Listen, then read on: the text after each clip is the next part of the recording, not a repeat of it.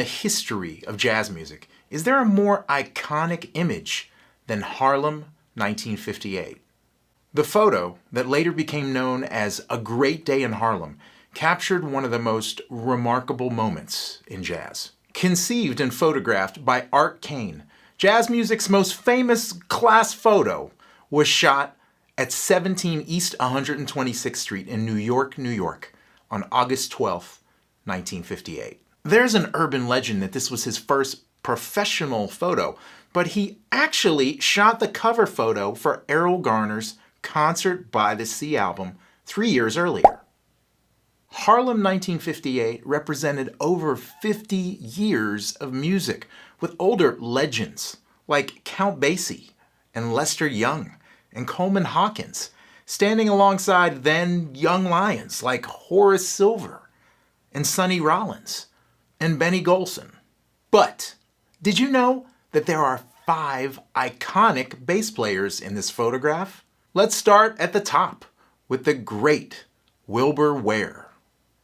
Ware came to New York from Chicago in the early 1950s and quickly found himself in demand. The previous year, 1957, he played on one of my favorite albums by Sonny Rollins. And he was very busy in 1958. He made records with trumpeter Blue Mitchell, pianist Kenny Drew, and 3 albums with tenor man Johnny Griffin. Also during this time, he did a bunch of records with Thelonious Monk, including the iconic Thelonious Monk with John Coltrane album, which they had finished just months earlier. Wilbur Ware plays on over 200 recordings. He was 35 years old when this picture was taken. Just below him and to the right is our next bassist, Chubby Jackson.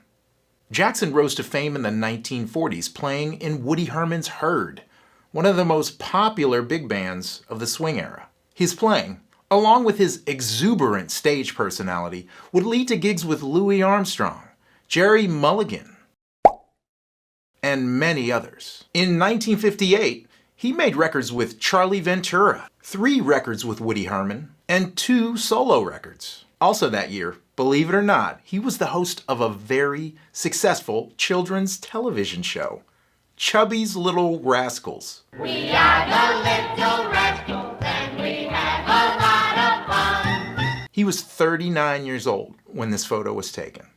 Just 3 rows down from Mr. Jackson is arguably the most iconic bass player in the picture, the great Charles Mingus. Musician, composer, bandleader, Mingus was actually dealing with a lot of adversity in 1958. His wife Celia had left him. He was dropped by his record label, and about a month after this photo was taken, he would check himself into Bellevue Hospital in New York. Now, there are varying accounts on why he did this. Mingus himself said he hadn't slept in 3 weeks, but there were rumors that he tried to back out on a deal with the mob and was actually hiding from the mafia in Bellevue.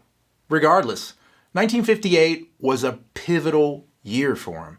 He recorded 1 album that year, The Weary Blues, featuring the poetry of Langston Hughes, read over a jazz accompaniment. Alarm clock here ringing so damn loud, you must think you got to wake up a crowd.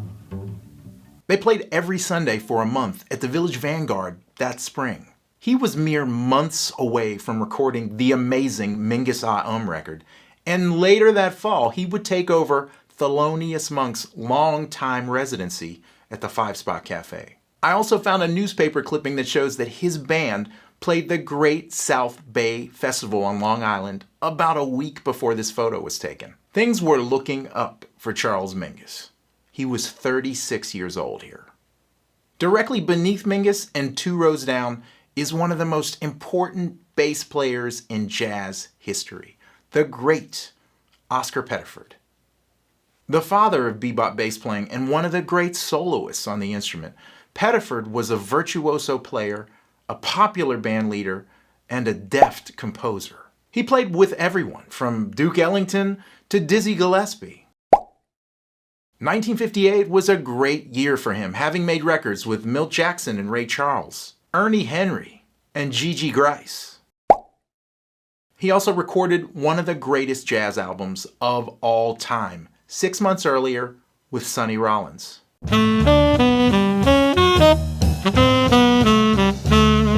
He was picked up and driven to this photo shoot by the great pianist Mary Lou Williams. Oscar Pettiford was 35 years old when this photo was taken. And last, but definitely not least, sandwiched between Monk and Prez, is the great Milt Hinton. By far, the most prolific bass player in this photo, the Judge, or Frump as he was actually called by other musicians, was at the peak of his illustrious career in 1958. Within weeks of this photo, he made records with Cannonball Adderley,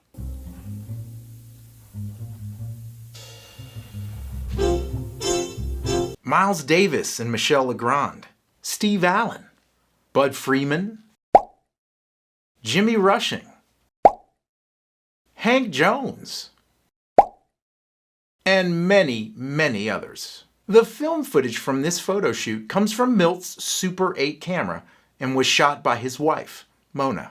His incredible career spanned more than 60 years and over 1,600 recordings. He was 48 years old in this picture.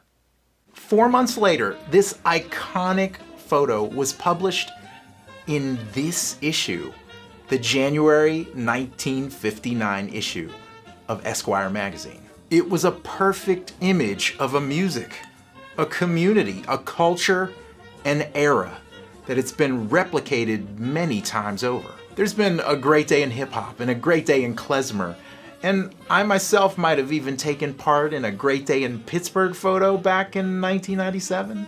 It's a detailed, historic, enduring image that preserves a moment that most people just aren't around to remember anymore. In fact, as of 2024, only one musician is still alive from this picture, Sonny Rollins. So let's end by hearing what he has to say about this amazing picture. It was just great for me being there and being with all these great people, some of whom I knew, many of whom I didn't know. That's one thing about that photo. It went through generations. I was the youngest guy in that photo, by the way. The photo has become huger and huger and huger every day. It humanized the jazz world, the jazz people. And I don't know if Art Kane thought about that when he did it, but he should be really praised highly for getting that picture together. I still don't know how he called all of those guys and got them together and they all came. It was just amazing.